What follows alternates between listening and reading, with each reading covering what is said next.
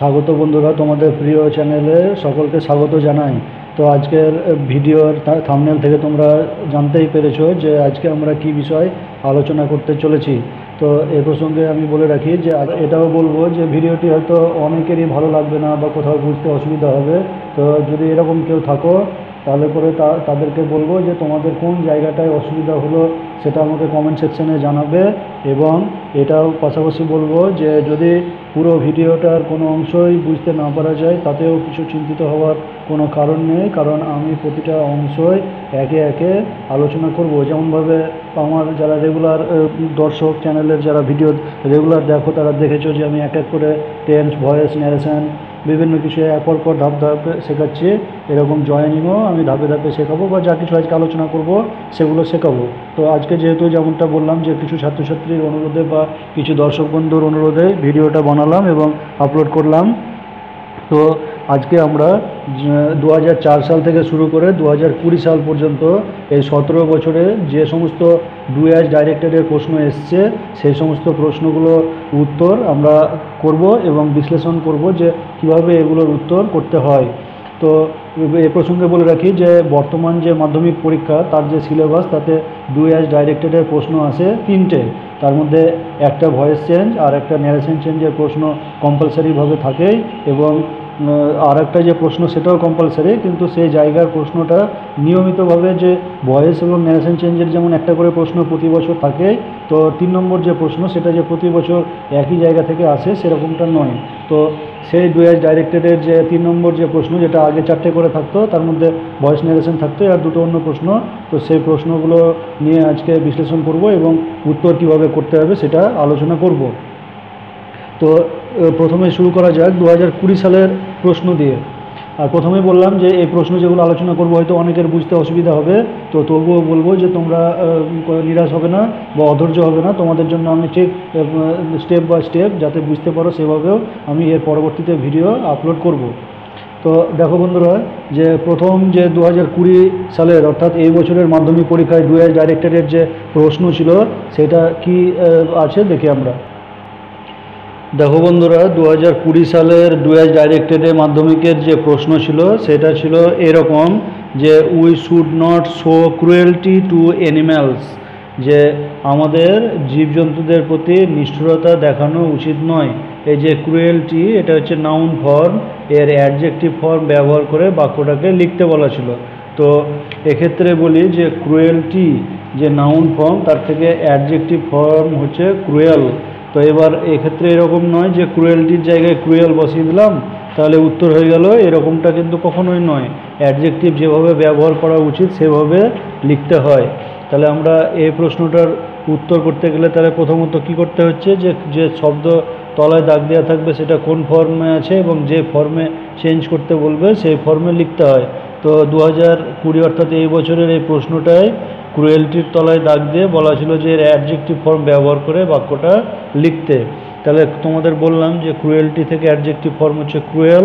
তাহলে এখানে আমরা লিখব যে উই শুড, আমাদের উচিত নয় নিষ্ঠুর হওয়া। যে এটা যেমন প্রশ্নতে বলছে যে জীবজন্তুদের প্রতি আমাদের নিষ্ঠুরতা দেখানো উচিত নয়, সেরকম আমরা এখানে বলবো যে আমাদের উচিত নয়। তাহলে উই শুড নট বি, যে আমাদের হওয়া উচিত নয় কি না, তো নিষ্ঠুর, ক্রুয়েল। এই যে ক্রুয়েলটি থেকে ক্রুয়েল এটাই হলো অ্যাডজেক্টিভ ফর্ম। তাহলে we should not be cruel, এবার কাদের প্রতি না, তো জীবজন্তুর প্রতি। সেই জন্য এখানে আমরা টু অ্যানিম্যালস পরের যে অংশ আছে সেটাকে লিখে দেবো। তাহলে এই প্রশ্নগুলোর ক্ষেত্রে বলবো যে এই যখনই যে ফর্ম ব্যবহার করতে বলবে সেই ফর্মটা যেখানে বসানো উচিত সেইভাবে বসাতে হবে। এরকমটা নয় যে দাগ দেওয়া অংশটাতে যে ফর্ম ব্যবহার করতে বলেছে সেটা বসিয়ে বাক্যটা পুরোটা লিখে দিলে হয়ে যাবে, এমনটা কখনোই নয়। যেমনটা এখানে করলাম যে we should not show cruelty to animals, এ থেকে হয়ে গেল কি we should not be cruel to animals.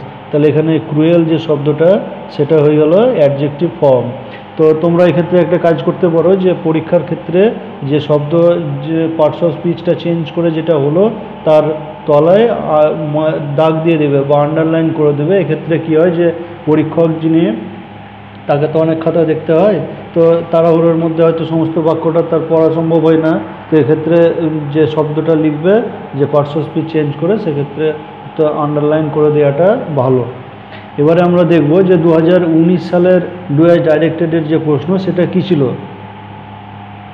এখানে দেখতেই পাচ্ছ যে 2019 সালের যে প্রশ্ন সেখানে আছে কি যে you do not take care of your health, যে তুমি তোমার শরীরের বা স্বাস্থ্যের যত্ন নাও না, ইউ মে ফল ইল, যে তুমি অসুস্থ হয়ে পড়তে পারো।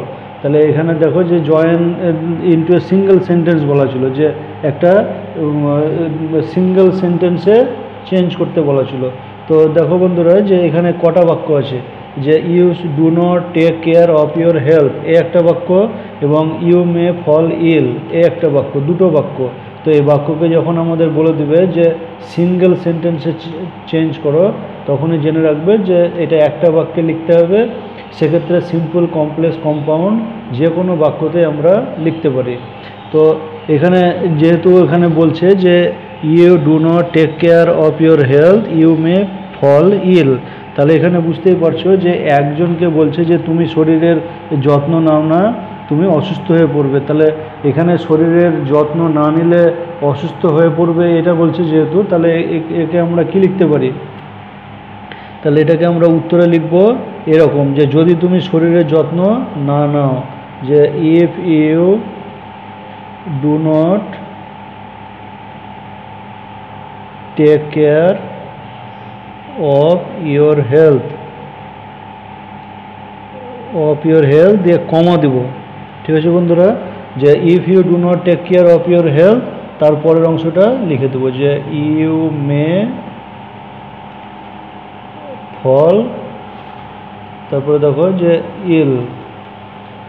তাহলে এখানে দেখতেই পাচ্ছ যে যেটা প্রশ্ন ছিল যে তুমি শরীরের যত্ন নাও না, তুমি অসুস্থ হয়ে পড়বে। তাহলে এখানে আমরা লিখলাম যে যদি তুমি শরীরের যত্ন না নাও তুমি অসুস্থ হয়ে পড়বে। তো এটা আমরা একটা বাক্যে লিখলাম সিঙ্গেল সেন্টেন্সে, এবং কি করলাম এখানে অ্যাডভার্বিয়াল ক্লজ ব্যবহার করলাম। তো তোমাদের ক্লজ আমি আলোচনা শুরু করেছি, আস্তে আস্তে সব আলোচনা করব। তো এক্ষেত্রে এবং এটাকে অ্যাডভার্বিয়াল ক্লজ বা ইফ ক্লজ চালাকি করার জন্য, আবার অনেক সময় কন্ডিশনাল ক্লজও বলে। তো এগুলো পরে আলোচনা করব। এখন এটুকু জেনে রাখো যে তুমি শরীরের যত্ন নাও না, তো তাই অসুস্থ হয়ে পড়বে। এটাকে অন্যভাবে উত্তর করা যায়, তো আমরা এখন সে বিস্তারিত আলোচনায় যাব না, যে আমরা এইভাবে উত্তর করব যে if you do not take care of your health. আর ইফ দিয়ে যদি বাক্য লিখি, তাহলে ইফের সঙ্গে যে সাবঅর্ডিনেট ক্লজটুকু থাকবে, তোমরা ইতিমধ্যে সাবঅর্ডিনেট ক্লজ, মেন ক্লজ শিখেছো। তো ইফ সহ যে সাবঅর্ডিনেট ক্লজটা যেখানে শেষ হবে সেখানে অবশ্যই কমা দেবে, তারপরের প্রিন্সিপাল ক্লজটা লিখে দিতে হয়। তাহলে if you do not take care of your health you may fall ill, এটা হচ্ছে উত্তর। আবার একে যদি কম্পাউন্ড সেন্টেন্স, এটা হলো কমপ্লেক্স সেন্টেন্স, এবার যদি কম্পাউন্ডে চেঞ্জ করতাম তাহলে কি লিখতাম, যে you do not take care of your health, তুমি শরীরের যত্ন নাও না, সো ইউ মে ফল ইল। তো এইভাবে লেখা যায়, আবার অ্যাজ দিয়েও লেখা যায়। তো এগুলো আমরা পরে শিখব, এখন বিস্তারিত আলোচনা করতে গেলে ভিডিও অনেক বড় হয়ে যাবে, সেই জন্য আপাতত এইটাই শিখে রাখো। এবারে দেখো 2018 সালের ডুয়েস ডাইরেক্টেডের যে প্রশ্ন, সে প্রশ্ন কী ছিল, বলছে garbage cause pollution, it may used as a source of energy. তো দেখো বন্ধুরা, এখানে যে গার্বেজ বলছে, যে গার্বেজ হচ্ছে যে আবর্জনা, তো আর এখানে কজ হচ্ছে ঘটায়, যে আবর্জনার ফলে কি হয়, পলিউশন, দূষণ হয়। আর it may be used as a source of energy, যে গার্বেজ, ময়লা আবর্জনা যেগুলো পচা বা নোংরা পড়ে থাকে, সেগুলোকে চেষ্টা করলে যে শক্তির উৎস হিসেবে ব্যবহার করা যেতে পারে। ইট মে বি ইউজড, তো এটাকে রিলেটিভ ক্লজ দিয়ে জয়েন করতে বলেছে। তো রিলেটিভ ক্লজ দিয়ে জয়েন করার ক্ষেত্রে নিয়ম হচ্ছে যে দুটো যে বাক্য থাকবে তার মধ্যে দেখতে হয় যে কমন দুটো শব্দ কি আছে, যার দ্বারা একই জিনিসকে বা একই ব্যক্তিকে বোঝাচ্ছে। তো এই দেখো যে গার্বেজ কজ পলিউশন, আবর্জনা দূষণ ঘটায়, আর এটাকে শক্তির উৎস হিসাবে ব্যবহার করা উচিত। তাহলে বুঝতেই পারছো যে গার্বেজ এবং ইট এই দুটো একই জিনিস, অর্থাৎ গার্বেজকে বোঝাচ্ছে। এবার দেখো যে এই যে গার্বেজ সম্বন্ধে এখানে দুটো কথা বলা হচ্ছে, একটা বলছে যে গার্বেজ বা আবর্জনার ফলে দূষণ হয়, আর একটা বলছে এটাকে শক্তির উৎস হিসেবে ব্যবহার করা উচিত।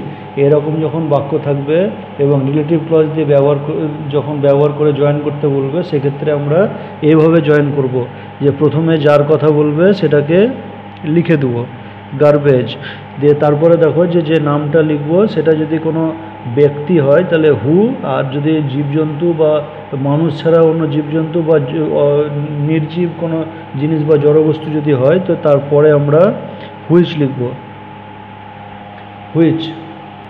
হুইচ লেখার পরে যে দুটো বাক্যেই একই জিনিস সম্বন্ধে দুটো কথা বলা হচ্ছে, তার মধ্যে যে কোনো একটাকে বাক্যের মানে অনুসারে এই হু, হুইচ বা রিলেটিভ প্রোনাউন ব্যবহার করে লিখে দিতে হয়। তাহলে আমরা এখানে গার্বেজ, হুইচ কজ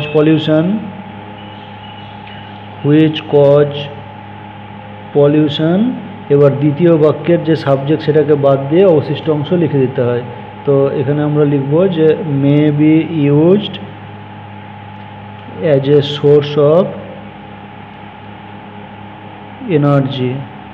তাহলে মানেটা কী হয়ে গেল যে ময়লা আবর্জনা যেটা দূষণ ঘটায় সেটাকে শক্তির উৎস হিসাবে ব্যবহার করা যেতে পারে।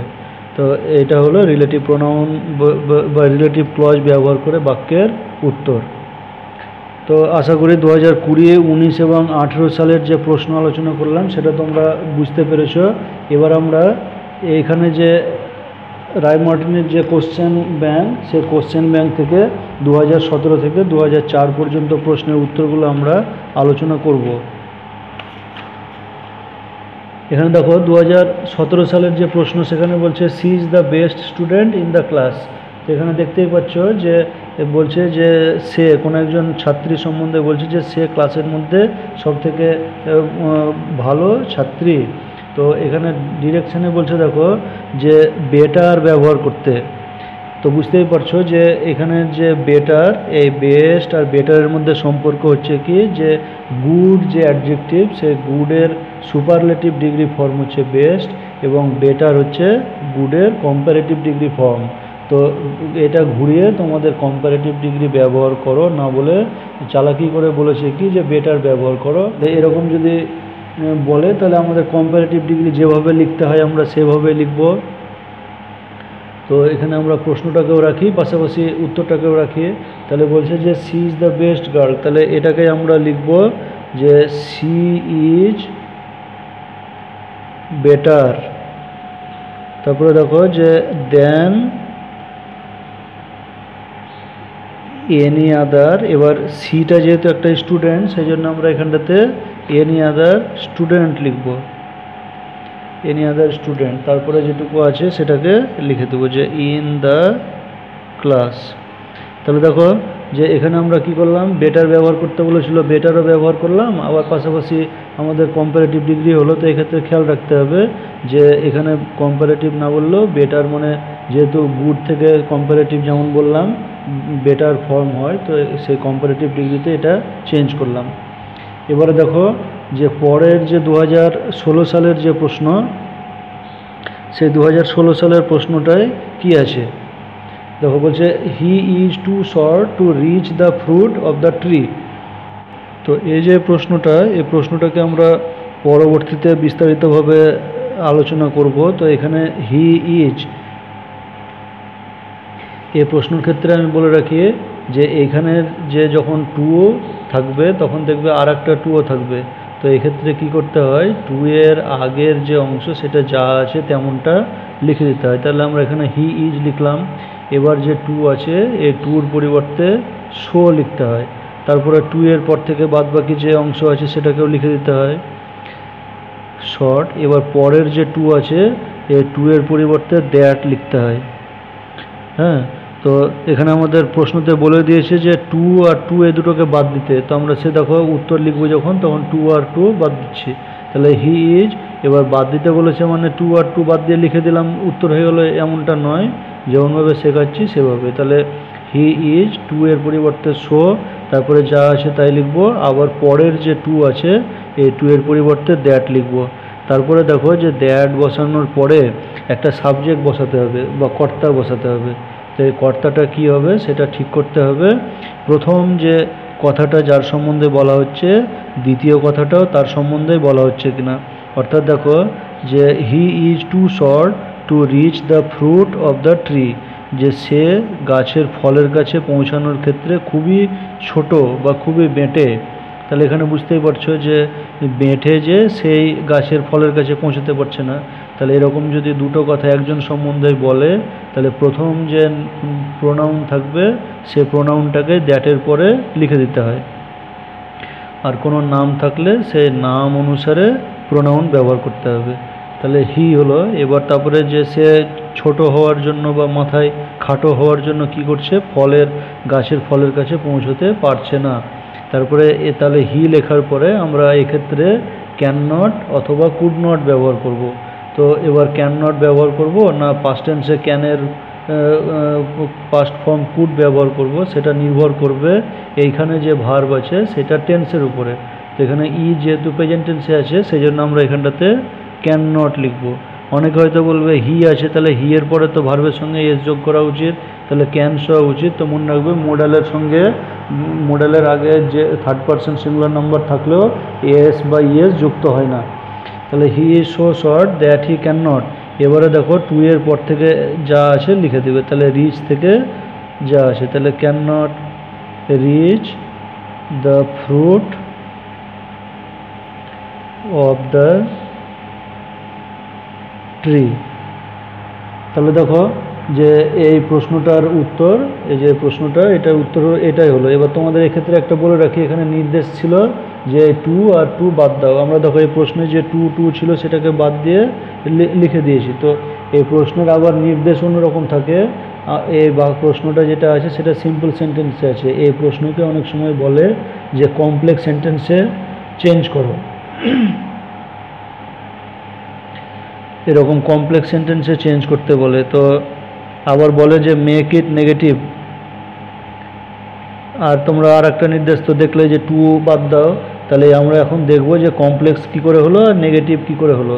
দেখো বলছে কমপ্লেক্স সেন্টেন্সে আমরা আগের দিন আলোচনা করেছি যে কমপ্লেক্স সেন্টেন্সে কি হবে বা কোন সেন্টেন্সকে কমপ্লেক্স বলবো, যে কোনো সেন্টেন্সে যদি একটা প্রিন্সিপাল ক্লজ আর একের বেশি সাবঅর্ডিনেট ক্লজ থাকে, তাহলে একটা বা একের বেশি সাবঅর্ডিনেট ক্লজ থাকে, তাহলে তাকে কমপ্লেক্স সেন্টেন্স বলছে। তো এখানে দেখো হি ইজ সো শর্ট, যে সে এত বেটে বা এত খাটো, এটুকু যখন বলছি তখন মানেটা কি হচ্ছে, অসম্পূর্ণ। এবার ঠিক একই রকমভাবে যখন বলছি যে সে গাছের ফল পর্যন্ত পৌঁছাতে পারে না, তাহলে এখানটাতে দেখতেই পাচ্ছ যে দুটো, একটা অংশ যে হি ক্যান নট, এখান থেকে যদি আমরা ধরি যে এই হি থেকে এ পর্যন্ত, তাহলে এটা প্রিন্সিপাল ক্লজ হিসেবে কাজ করছে। আবার হি সো শর্ট, সে এত বেঁটে যে দিয়ে আর মানেটাও অসম্পূর্ণ থাকছে, অর্থাৎ সাবঅর্ডিনেট ক্লজ। তাহলে একটা প্রিন্সিপাল একটা সাবঅর্ডিনেট, তাহলে কমপ্লেক্স সেন্টেন্স হয়ে যাচ্ছে। আবার দেখো বাক্যটা এখানে কোথাও না বলা নাই, নো নট কিছু নাই, কিন্তু এখানে আমরা কি করলাম যে সে এত বেঁটে যে সে গাছের ফল পর্যন্ত পৌঁছতে পারে না, এই যে না বাচক ব্যবহার করছি, তাহলে এটা নেগেটিভ হয়ে গেল। তাহলে এরকম টু এটা বাদ দিতে বলুক বা কমপ্লেক্স বলুক বা না বাচকে লিখতে বলুক না কেন, আমরা এরকমভাবে উত্তর লিখব। এরপর দেখো এর পরের প্রশ্নতে বলছে যে he is the tallest boy in the class. এটাকে বলছে change the degree of comparison. তো দ্য ডিগ্রি অফ কম্প্যারিজন বলছে, তো টলেস্ট ব্যবহার করে তো সুপারলেটিভ ডিগ্রিতে করাই আছে। তো যখন নির্দিষ্ট করে কোনো ডিগ্রির কথা বলছে না, তো এক্ষেত্রে আমরা পজিটিভ বা কম্পারেটিভ যে কোনো ডিগ্রিতে লিখতে পারি। তো এক্ষেত্রে যদি আমরা পজিটিভ ডিগ্রিতে লিখি, তাহলে লেখার নিয়ম হচ্ছে যে এরকম ক্ষেত্রে প্রথমে আমরা লিখব যে নো আদার, প্রথমে নো আদার। তারপরে দেখো যে হিটা কিসের কথা বলছে, একটা ছেলের কথা, তাহলে নো আদারের পরে আমরা বয় লিখব। এরপরে যেটা অংশ বয় ইন দ্য ক্লাস, এই কথাটা বলছে, তাহলে নো আদার বয়। এবার অন্য কোনো ছেলে, এবার কোথাকার না, তো ক্লাসের মধ্যে, তাহলে এটাকে আমরা এখানটাতে লিখে দেবো যে ইন দ্য ক্লাস। এরপরে এখানে নো আদার বয়, অন্য কোনো ছেলে, মানে এটাকে সিঙ্গুলার নাম্বার ধরবো, দিয়ে সে অনুসারে এখানটাতে ইজ লিখবো। এটা মনে রাখবে যখনই বাক্যের মধ্যে প্রশ্নতে যদি আমরা দেখি যে অন অফ দি নাই, তাহলে পরে এই পজিটিভ ডিগ্রিতে এভাবে নো আদার দিয়ে শুরু করতে হয়। তো এরকম নো আদার দিয়ে শুরু করব, তারপরে প্রথমটা যার কথা বলছে সেটা লিখবো, দিয়ে অবশিষ্ট অংশটা লিখে দিতে হয়। তাহলে no other boy in the class দিয়ে ইজ লিখব। তারপরে লেখার পরে লিখবে যে অ্যাজ। এবার দেখো যেটা টলেস্ট লেখা আছে, এই টলেস্ট থেকে পজিটিভ ডিগ্রি ফর্ম হচ্ছে টল। দিয়ে আবার লিখবো অ্যাজ। এবার অ্যাজের পরে প্রথমের যে অংশটা আছে সেটাকে লিখবো অ্যাজ হি দিয়ে ইজ। তাহলে অন্য কোনো ছেলে আর তার মতো লম্বা নয়। অংশটা দেখো যে শীতল is the fastest runner in the school. এখানে দেখো আগের প্রশ্নের মতনই বলে দিয়েছে যে ফার্স্ট ব্যবহার করে লিখতে। তো ফার্স্ট আর এখানে ফাস্টেস্ট, তাহলে যারা ডিগ্রি জানো তারা বুঝতেই পারছো যে ফার্স্ট এটা হচ্ছে এক সিলেবল বিশিষ্ট শব্দ, এর সঙ্গে যে ইএসটি যোগ করে সুপারলেটিভ ডিগ্রি করা হয় এবং ইআর যোগ করে কম্পারেটিভ ডিগ্রি ফর্মে চেঞ্জ করা হয়। তো ফার্স্টেস্ট যেহেতু আছে সুতরাং সুপারলেটিভ ডিগ্রিতে আছে। তাহলে তোমাদের আগের বাক্যতে শেখালাম, তাহলে এক্ষেত্রে আমরা কি করব যে এখানে প্রথমে আমরা নো আদার লিখব, নো আদার। নো আদার লেখার পরে দেখো যে প্রথমেরটা যেরকম শিখেছিলাম শীতল, এটা হচ্ছে কিসের নাম, একটা রানারের নাম। তাহলে এরকম আগের মতনই একইভাবে যে এরকম লিখব যে নো আদার রানার। তারপরে যেটা আছে সেটা লেখো যে ইন দ্য স্কুল, যে in the school, no other runner in the school. দিয়ে যেটা যেমনটা তোমরা আগের মতন শিখলে সেরকম লিখবো যে স্কুল ইজ অ্যাজ।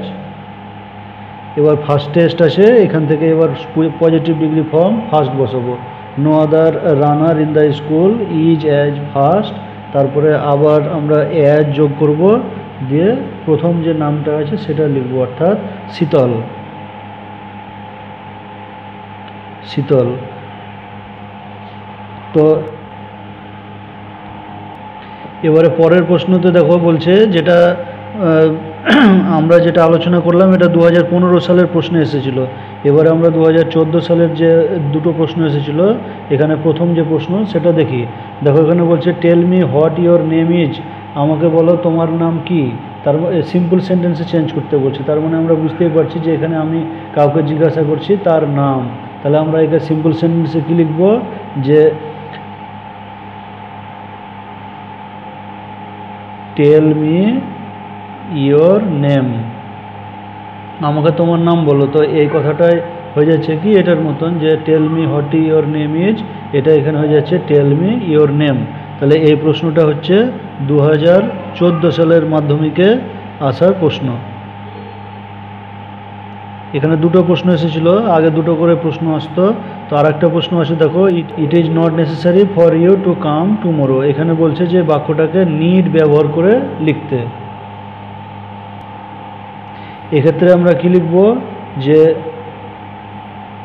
ইউ, তারপরে এখানে নিড নট লিখে দেবো, ইউ নিড নট, তারপরে হচ্ছে কাম দিয়ে tomorrow.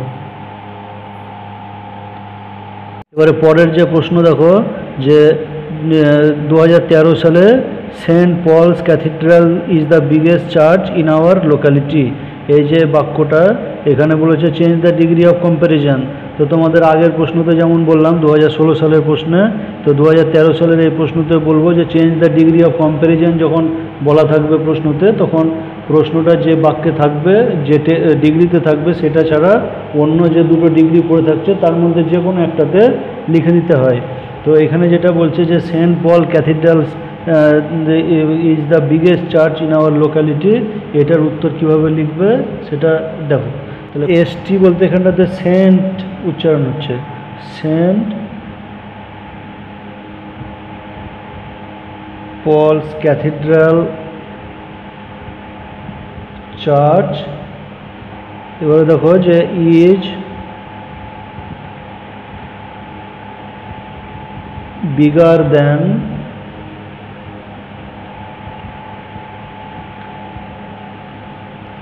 any other church in our locality। তাহলে এই যে উত্তর এটা আমরা কম্পারেটিভ ডিগ্রিতে করলাম, যে এখানে দেখো বিগেস্ট ছিল প্রশ্নতে, তার থেকে আমরা বিগার ব্যবহার করলাম। তাহলে Saint Paul's Cathedral church is bigger than any other church in our locality. আবার এটাকে যদি পজিটিভে লিখতাম তাহলে এরকম লিখতাম যে no other church in our locality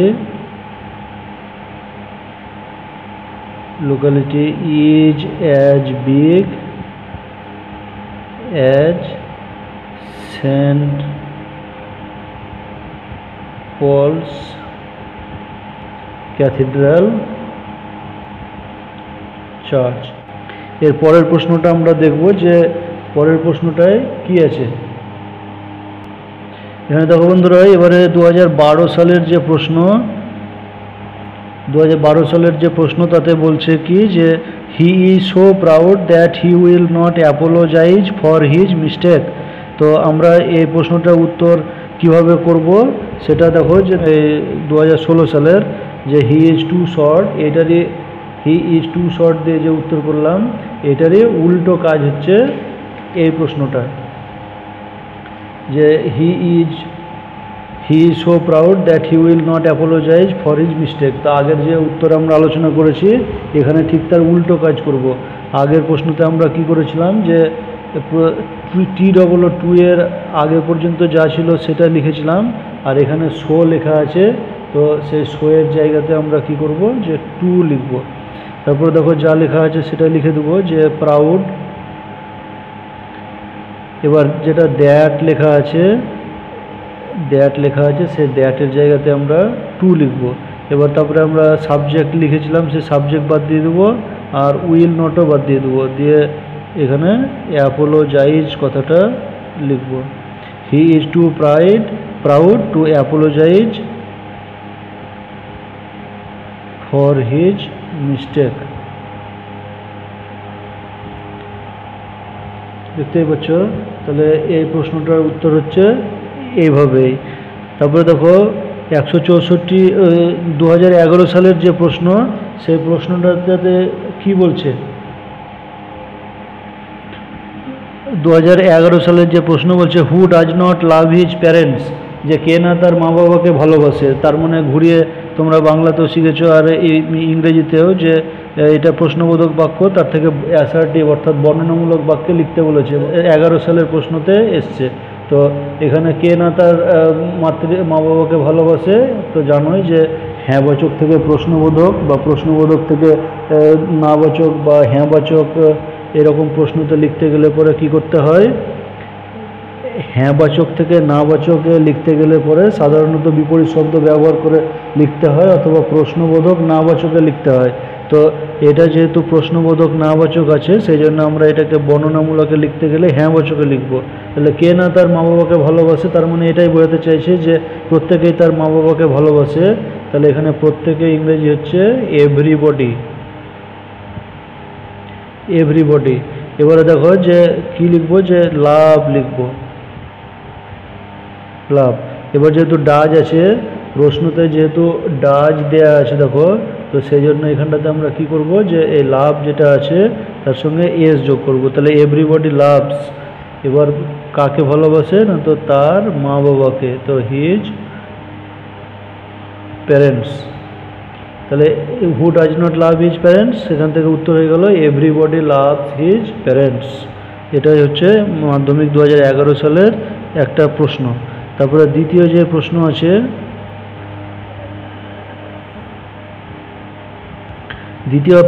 দেখো যে অ্যাজ সুন অ্যাজ, প্রশ্নটাকে দেখে নাও যে as soon as he reach the station the train left. এখানে বলেছে যে নো সুনার দেন দিয়ে প্রশ্নটার উত্তর করতে। তো অ্যাজ সুন অ্যাজ দিয়ে যখন থাকে তখন এক্ষেত্রে তোমরা মনে রাখবে যে অ্যাজ সুন অ্যাজ দিয়ে প্রশ্ন থাকলে পরে, এবং যদি নো সুনার ব্যবহার করতে বলে বা নাবাচকে লিখতে বলে, তো সেক্ষেত্রে প্রথমে নো সুনার লিখতে হয়। প্রথমে নো সুনার লিখব, তারপরে লিখব হ্যাড, এরপরে সাবজেক্ট লিখব। তো এখানে হি লিখলাম কারণ দেখো এইখানটাতেও এই সাবজেক্ট হি আছে, এরপরে সাবজেক্ট হি লেখার পরে হ্যাড আছে যেহেতু, সেই জন্য ভার্বের থার্ড ফর্ম, তো রিচ ভার্বের পাস্ট এবং পাস্ট পার্টিসিপল ফর্ম একই অর্থাৎ রিচড, তো সেই জন্য এখানে আমরা রিচড লিখে দেব। No sooner had he reached. এবারে যেটুকু অংশ আছে সেটুকুই লিখে দেবো যে দ্য স্টেশন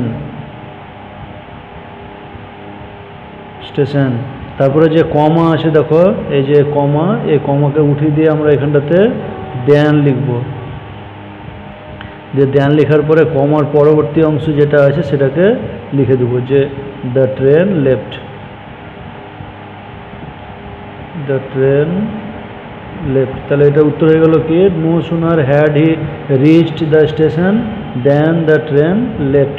তাহলে দেখো নো সুনার ব্যবহার করেছি, তারপরে যে দেন ব্যবহার করেছি, মানে এক্স্যাক্ট নেক্সট এরকম নয়, নো সুনারের পরে কিছু লিখেছি তারপরে দেন ব্যবহার করতে বলেছে। তো এইখানে এই যে দেখতে পাচ্ছ যে নো সুনার তারপরে ডট ডট দিয়ে দেন, এখানে এটাই বোঝাতে চেয়েছে যে নো সুনারের ঠিক পরে দেন বসবে এরকমটা নয়, নো সুনারের পরে কিছু বসাতে হবে তারপরে দেন বসাতে হবে। তাহলে এর উত্তর এভাবে লিখবো যে no sooner had he reach the station then the train left. এই হ্যাড হিটাকে আবার এরকম লিখতে পারি আমরা, নো সুনার ডিড হি, এখানে তখন রিচটা রিচ হয়ে যাবে এরকম, ডিড হি রিচ দিয়ে যা আছে তাই, the station then the train left, এইভাবে আমরা লিখতে পারি। তাহলে এটা আমরা আলোচনা করলাম 2011 সালের মাধ্যমিকের যে প্রশ্ন সেটা।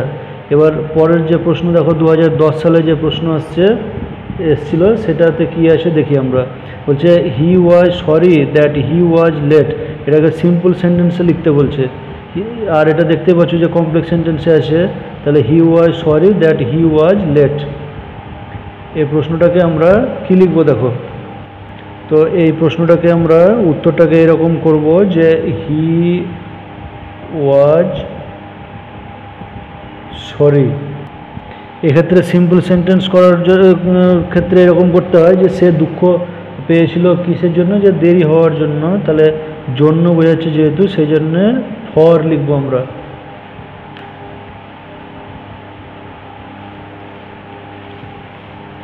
এখানে যেহেতু সে দুঃখ পেয়েছিল, এবার হওয়ার জন্য, তাহলে আমরা জানি যে হওয়া ইংরেজি হচ্ছে বি, এবার হওয়া বোঝাচ্ছে সেই জন্য বিইং লিখব এবং তার আগে ফর যোগ করব যে হওয়ার জন্য। তো এবারে কিসের জন্য না, তো দেরি হওয়ার জন্য, সেই জন্য লেটটা এখানে লিখে দেবো। বা এরকমভাবে মনে রাখতে পারো যে সাবজেক্ট ভার্ব যা আছে লিখব, অবজেক্ট পর্যন্ত লেখার পরে প্রিপোজিশন বসিয়ে যে ভার্ব হয় তার সঙ্গে আইএনজি যোগ করে সিম্পল সেন্টেন্সে লিখতে হয়। এগুলো আমরা ডিটেলস, এখন তো ক্লজ পড়া চলছে, ডিটেলস যখন আলোচনা করব তখন এগুলো শেখাবো। তাহলে he was sorry for being late, এটা হচ্ছে সিম্পল সেন্টেন্সের উত্তর, যেটা 2010 সালের একটা প্রশ্ন ছিল। তারপরে দেখো যে দ্বিতীয় আর একটা প্রশ্ন, আগে দুটো করে 4টে করে ডুয়েল ডাইরেক্টেডের প্রশ্ন আসতো, তার মধ্যে একটা ভয়েস একটা ন্যারেশন আর দুটো ডুয়েল ডাইরেক্টেডের যে কোনো ধরনের প্রশ্ন। তো 2010 সালের দ্বিতীয় যে প্রশ্ন ছিল সেটা হচ্ছে দেখো, the silver pot was the most beautiful thing in the house. এটাকে বলছে যে change the adjective in the positive degree, positive ডিগ্রিতে চেঞ্জ করতে বলেছে। তাহলে এখানে বুঝতেই পারছো যে আমরা পজিটিভ ডিগ্রিতে চেঞ্জ করব, আগের মতন পজিটিভে লিখব না কম্পারেটিভে লিখব সেটা ভাবার কোনো অপশান নাই, কারণ এখানে আমাদের স্পষ্ট দিয়েই দিয়েছে যে পজিটিভ ডিগ্রিতে চেঞ্জ করো। তাহলে এখানটাতে এরকমই আমরা লিখব যে নো আদার থিং, তোমাদের আগেই বলেছি যে এরকম প্রশ্ন থাকলে এরকম নো আদার দিয়ে লিখতে হয়, আর অন অব্দি থাকলে ভেরি ফিউ দিয়ে লিখতে হয়। তাহলে no other thing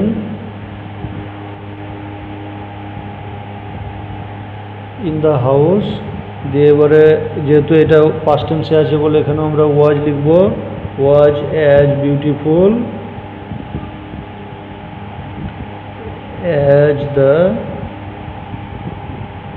silver pot. এখানে তোমাদের মনে হতে পারে যে ওয়াজটা কেন হলো, তো এখানের যে প্রশ্ন সেটা দেখো ওয়াজ আছে, তো সেই জন্য আমরা এখানেও ওয়াজ ব্যবহার করলাম।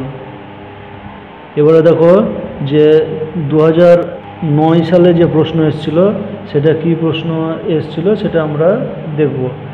যে এখানে বলছে যে she offered me tea but I asked for a glass of water, যে সে আমাকে চায়ের প্রস্তাব দিল বা চা দিতে চেয়েছিল কিন্তু আমি এক গ্লাস জল চেয়েছিলাম। এখানে আজ বলতে জিজ্ঞাসা করা না, চাওয়া, যে যদি কিছু অনুরোধ করে করা হয় তাহলে সেটার ক্ষেত্রে আস্কও ব্যবহার করা হয়। তাহলে এখানের যে উত্তরে বলেছে যে কমপ্লেক্স সেন্টেন্সে লিখতে।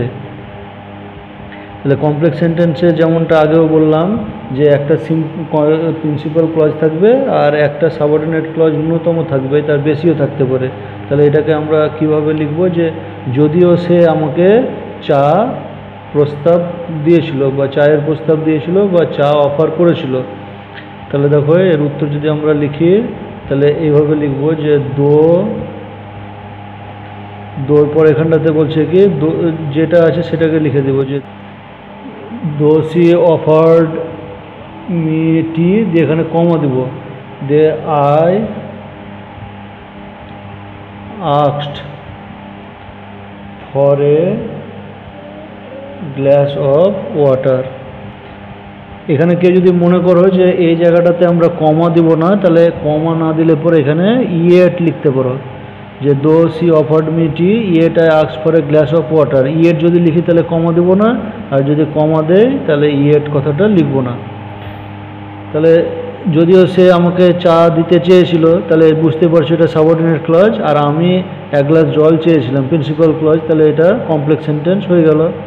এবারে আমরা পরের প্রশ্ন দেখব যে কী ছিল। তো 2009 সালের যে প্রশ্ন, আর একটা প্রশ্ন সেখানে দেখো যে বলছে the boy was too small to reach up to the branches of the tree. এখানে বলছে rewrite as a complex sentence. প্রথম প্রশ্ন 2017 সালের প্রশ্ন আলোচনা করার সময়তেই আমি তোমাদের শিখিয়েছি যেমনটা, সেরকমই প্রশ্ন এখানটাতে দিচ্ছে। তাহলে দেখো যে এর উত্তরটাকে আমরা কিভাবে লিখব। তাহলে the boy was so small that, এবার ছেলেটি আছে বলে এখানটাতে হি লিখব। তোমাদের আরেকবার দেখিয়ে দেয় যে ওয়াজ টু স্মল, এই টু এর জায়গায় সো স্মল দিয়ে আবার টু আছে, সেই টু এর পরিবর্তে দ্যাট দিয়ে হি লিখব। এবার যেহেতু এটা ওয়াজ আছে সেজন্য হি এর পরে আমরা ক্যানের পাস্ট ফর্ম কুড লিখব,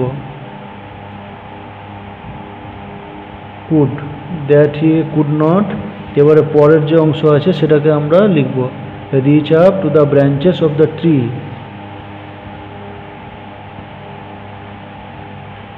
reach up to the branches of the tree। তাহলে ছেলেটা এতই ছোট ছিল যে সে গাছের ডাল পর্যন্ত পৌঁছাতে পারছিল না। এটাই তাহলে কমপ্লেক্স সেন্টেন্স হয়ে গেল।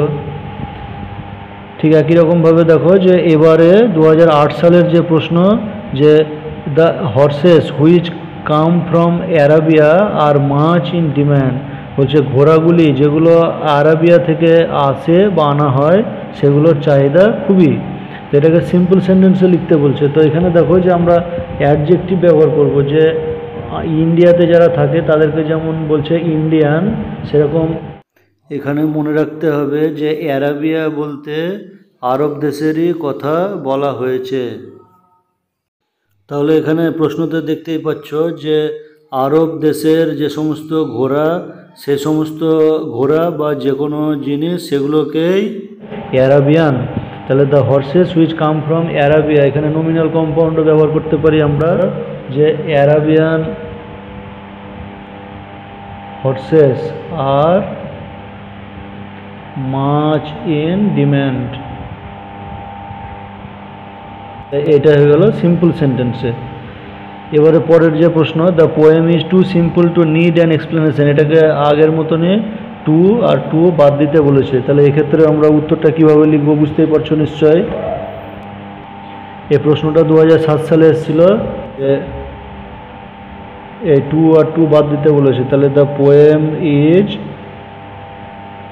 টু এর জায়গাতে সো লিখব, তাহলে the poem is so simple that. এবার দ্যাটের পরে তোমাদের বলেছি প্রথমে যে প্রোনাউন থাকবে, যে সেই অনুসারে নাউন বা প্রোনাউন তার সম্বন্ধে যদি দুটো কথা বলা হয় তাহলে দ্যাটের পরে সেই প্রোনাউনটাকে বসাবো, অথবা নাউন থাকলে নাউন অনুসারে প্রোনাউন বসাতে হয়। তাহলে এখানে দ্য পোয়েম যেহেতু, সেই জন্য এখানে ইট লিখব। এবারে ইটের পরে দেখো যে কবিতাটা সহজ হয়, এর ব্যাখ্যার প্রয়োজন নেই, তো সেই জন্যে এখানটাতে আমরা নিড নট লিখব, ক্যান নট লিখব না, that it need not an explanation. তাহলে এখানে আমরা এইভাবে বাক্যটা লিখে কি করলাম, যে টু আর টু যেটা আছে সেটাকে বাদ দিয়ে দিলাম। এরপরে দেখো যে he is very old, he can not walk fast. এই যে প্রশ্নটা 2006 সালে যেটা এসছে, সেখানে বলেছে যে ইউজ টু অ্যান্ড টু। তো এটা এক ধরনের বাক্য। এক্ষেত্রে কি করতে হয়, যে ভেরি থাকলে পরে ভেরির জায়গাতে টি ডবল ও টু ব্যবহার করতে হয়। তাহলে আমরা এই বাক্যটাকে কি লিখব, যে he is very old.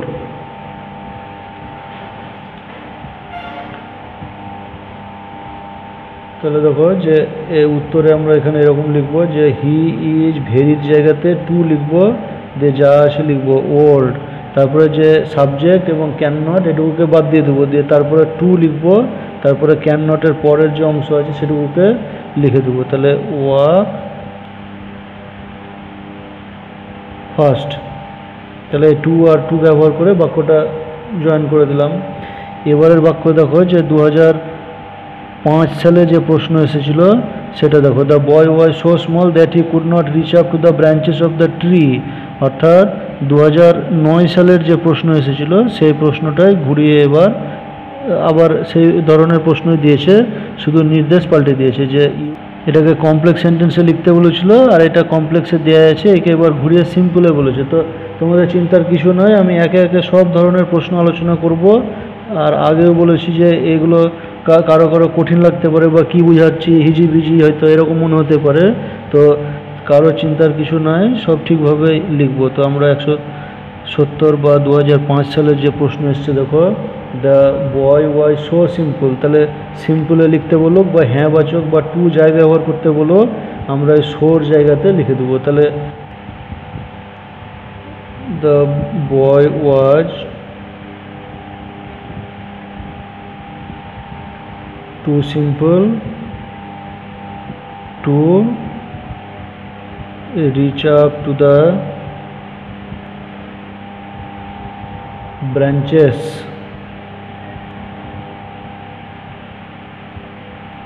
of the tree। তাহলে এটা হয়ে গেল সিম্পল সেন্টেন্স। এবারে দেখো যে 2005 সালের প্রশ্ন আমরা আলোচনা করলাম, এবার 2004-এর কি প্রশ্ন এসেছিল সেটা দেখো, who does not love his motherland.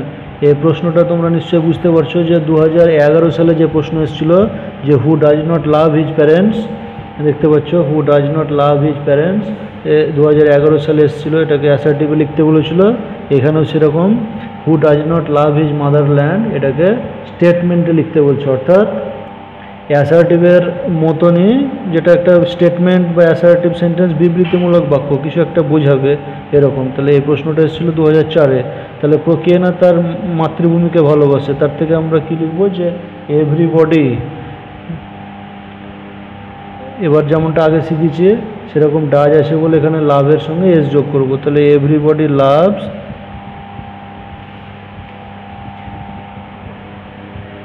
His motherland. এ হয়ে যাবে উত্তর, যে প্রত্যেকেই তার মাতৃভূমিকে ভালোবাসে। তাহলে এরকম যদি প্রশ্ন থাকে তাহলে এইভাবে উত্তর লিখতে হয়। অর্থাৎ বর্ণনামূলক বাক্য দেখো হ্যাঁ বাচক, একে না বাচক লিখতে বললে বিপরীত শব্দ দিয়ে লিখতে হয়। যেমন এটাকে যদি আমরা বিপরীত শব্দ দিয়ে লিখি তাহলে এরকম লিখতাম, যে nobody hates his motherland. কেউ তার মাতৃভূমিকে ঘৃণা করে না, তার মানে এটাই বোঝাচ্ছে প্রত্যেকেই তার মাতৃভূমিকে ভালোবাসে। তাহলে আমরা এভরিবডির বিপরীত নো বডি লিখছি, আবার লাভের বিপরীত হেটস লিখছি, এরকম লেখা যেতে পারে। অথবা প্রশ্নবোধক যেমন প্রশ্নটা আছে আর কি, যে who does not love his motherland, তো এভাবেও থাকতে পারে। তো যাই থাকুক না কেন স্টেটমেন্ট বা অ্যাসার্টিভ বললে এইভাবে উত্তর করতে হয়। তাহলে আজকের ভিডিওতে আমি 2004 সাল থেকে শুরু করে 2020 সাল অর্থাৎ বিগত 17 বছরের প্রশ্নের উত্তর আলোচনা করলাম। তো যারা আমাকে অনুরোধ করেছিলে তারা আশা করি আজকের ভিডিও দেখার পর তোমরা খুশি হবে। তো তোমাদের কেমন লেগেছে না লেগেছে সেটা আমাকে জানাবে। আর পাশাপাশি তোমরা যারা এরকম আছো যে তোমাদের কোনো একটা জায়গা বুঝতে অসুবিধা হলো, সেটাও আমাকে অবশ্যই জানাবে। আমি তাহলে সেই অনুসারে আবার বোঝানোর চেষ্টা করব। আর এটাও বলবো যে তোমাদের চিন্তা করার কিছু নেই, কারণ এর পরের যে ধাপগুলো অর্থাৎ ফ্রেজ ক্লজ তো আমাদের আলোচনা চলছেই। তো এগুলো আস্তে আস্তে ধাপে ধাপে আমরা এই সমস্ত বাক্যগুলো সব কিছুই শেখা শুরু করব। এবং শেখানোর পরে আমি দৃঢ় বিশ্বাস করি যে তোমরা সকলেই সহজভাবে এসব প্রশ্নগুলোর উত্তর একদম পারবেই। ঠিক আছে, সকলে ভালো থেকো এবং নিরাপদে থেকো। ধন্যবাদ। বন্ধুরা, ভিডিওটি যদি সামান্যতম ভালো লেগে থাকে তাহলে চ্যানেলটি অবশ্যই সাবস্ক্রাইব করবে এবং গুরুত্বপূর্ণ নোটিফিকেশন সবার আগে পাওয়ার জন্য বেল আইকনটি অবশ্যই প্রেস করবে।